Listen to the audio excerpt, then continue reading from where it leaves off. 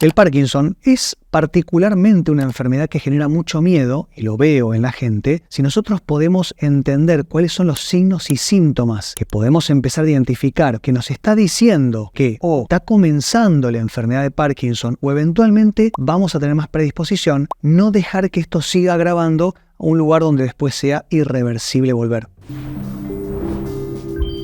Cuando nosotros pensamos en Parkinson, automáticamente pensamos en esa persona que tiembla, ¿no? Es una pérdida del control motor y se empieza a temblar la cabeza, la mano. La mano es lo que se llama en cuentamonedas, ¿no? Es el movimiento, muchas veces lo veo, pero también tiembla la mano, la muñeca, la cabeza, los pies y sobre todo perdemos el equilibrio. Entonces una persona con Parkinson automáticamente expande su base de sustentación, ¿no? Separando los pies, agachándose, agazapándose, flexionando las rodillas, las caderas y empieza a tomar esta postura un poco más encorvada porque necesita tener más seguridad, porque sobre todo el Parkinson nos va a afectar en los primeros pasos, pero nos cuesta también dar vuelta en la esquina. El Parkinson va a ser una patología que nos va a quitar el control motor y sobre todo la fluidez neuronal. Tenemos que entender que las neuronas son conexiones nerviosas que nos van a ayudar a pensar y a movernos. Una persona con Parkinson muchas veces pierde la expresión facial y yo a veces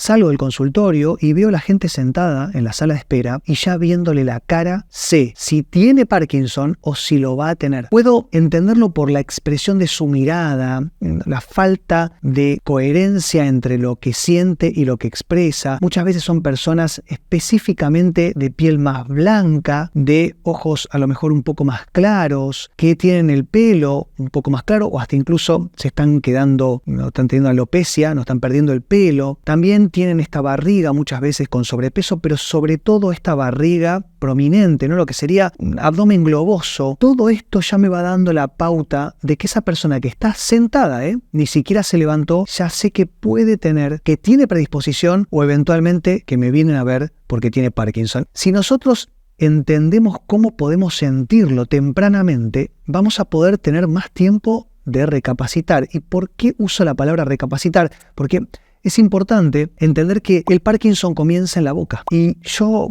sé que soy un poco repetitivo, pero la realidad es que cuando nosotros tenemos malos hábitos de alimentación sobre todo, ¿no? Tenemos malos hábitos de vida en general, pero sí al sedentarismo, al mal descanso, y ahora les explico por qué el mal descanso, pero la mala alimentación va a generar una parálisis del tubo digestivo. Prácticamente les podría decir que es una de las características necesarias para poder decir que una persona está por desarrollar Parkinson, la constipación y el estreñimiento persistentes en los años. Hay una proteína que se llama alfa-sinucleína que lo que va a hacer es sintetizarse una parte en el cerebro, pero otra gran parte en el sistema nervioso entérico que corresponde a las neuronas que controlan y que componen nuestro tubo digestivo, sobre todo el intestino. Y acá muchas veces es donde entramos en la conversación o en la discusión de si el intestino es nuestro segundo cerebro o qué función cumple o la conexión intestino-cerebro. Me gustaría que empecemos a plantear algo completa y absolutamente diferente. Me gustaría que empecemos a pensar al intestino y el cerebro como la misma cosa. El intestino y el cerebro es lo mismo conectado por un nervio que se llama nervio vago. Si nosotros entendemos esto, porque en realidad, e incluso, sobre todo, si hablamos de primer cerebro o de segundo cerebro, estamos hablando de que las neuronas del sistema nervioso entérico se gestan cuando estamos en la panza de nuestra madre, primero antes que las del cerebro. Entonces, eventualmente el intestino sería nuestro primer cerebro y nuestro cerebro, nuestro segundo cerebro. Si nosotros tenemos una disbiosis, si tenemos permeabilidad intestinal o hiperpermeabilidad intestinal, quiero decir, una endotoxemia, tenemos este estreñimiento con abdomen muy insuflado, ¿no? Esta distensión abdominal terrible cuando terminamos de comer, no vamos al baño o muchas veces ocurre que no vamos al baño y la única forma de ir es con descompostura. Todo esto me está diciendo que la proteína, la alfa-sinucleína, está empezando a plegarse mal. Y este mal plegamiento es lo que después vamos a terminar viendo en las resonancias magnéticas del cerebro como los cuerpos de Lewy. Sin entrar en tecnicismos, sí me interesa que entiendan que esta proteína lo que va a hacer es gestionar la dopamina entre las neuronas. Y la dopamina es un neurotransmisor súper necesaria para poder no solamente tener control motor, sino también y sobre todo para lo que tiene que ver con la voluntad, la alegría, el bienestar, la fuerza y la energía para comenzar y finalizar tareas. Entonces, si nosotros empezamos a tener un mal plegamiento de esta proteína y esto empieza a interferir en la dopamina, vamos a empezar a perder la expresión facial. Y ya tienen el segundo. El primero dijimos que era el estreñimiento persistente o crónico en los años. El segundo es la pérdida de la expresión facial. Pero el problema o la cuestión, la particularidad de esta característica es que la persona que lo está sufriendo no lo ve. Esto lo va a ver la pareja, generalmente, los hijos o algún amigo que ya empiece a notar que no tiene la misma expresión que tenía antes, que cuando se ríe no gesticula como antes, que ya no habla con la misma fluidez, que ya no resuelve los problemas como lo hacía antes, que ya no tiene las expresiones o las actitudes cariñosas como las tenía antes. Todo esto es porque se empieza a perder la voluntad de disfrutar de la vida, básicamente. En tercer lugar, tenemos la letra, es decir, la caligrafía. Una persona que comienza con Parkinson se le empieza a achicar la letra. Hoy en día es difícil esto porque yo antes, hace unos 10 o 15 años, preguntaba, ¿la letra se le achicó cuando escribe?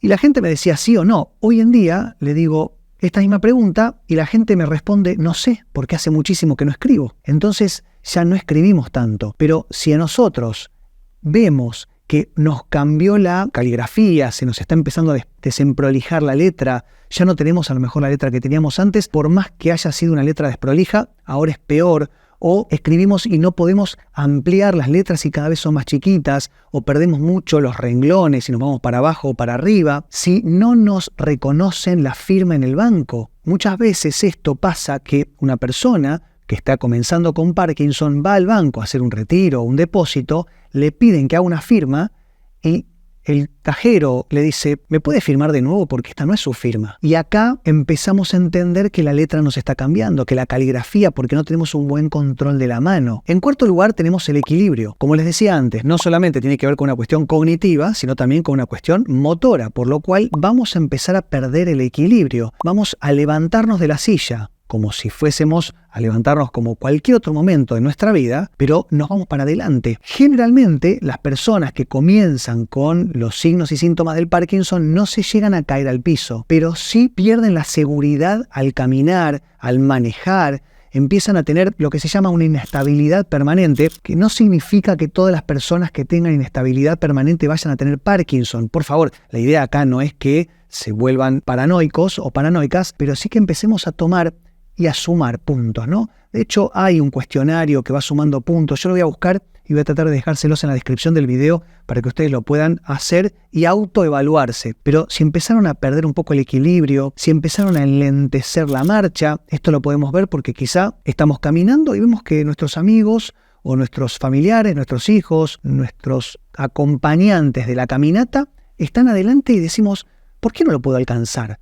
Y empezamos a decirle a la gente que camine más lento ellos, pero en realidad somos los únicos que estamos caminando lento nosotros. Y finalmente, les quiero dar uno que es un signo que a veces veo y a veces no. Es algo que puede estar o no, pero que lo he relacionado bastante. Esto es una cuestión clínica que yo tengo mi propia evaluación, ¿no? Mi propia estadística de mi consultorio. Y muchas veces las personas que están comenzando a sentir algún tipo de signo o síntoma de Parkinson pierden el olfato. Y esto tiene sentido, ¿no? Porque si hablamos de Parkinson, hablamos de inflamación intestinal, ¿no? Es una neuroinflamación. Y dije bien, dije intestinal, porque si tenemos una hiperpermeabilidad intestinal, tenemos una hiperpermeabilidad de la barrera hematoencefálica, que es la que separa el cerebro del resto del cuerpo. Y todo esto va a generar se llama microglía neuroinflamada. En sí, lo que significa esto básicamente y de manera sencilla es que tenemos el cerebro inflamado. El cerebro se está defendiendo de manera persistente contra algo que tiene que ver con hasta incluso muchas veces nuestros propios malos hábitos de vida.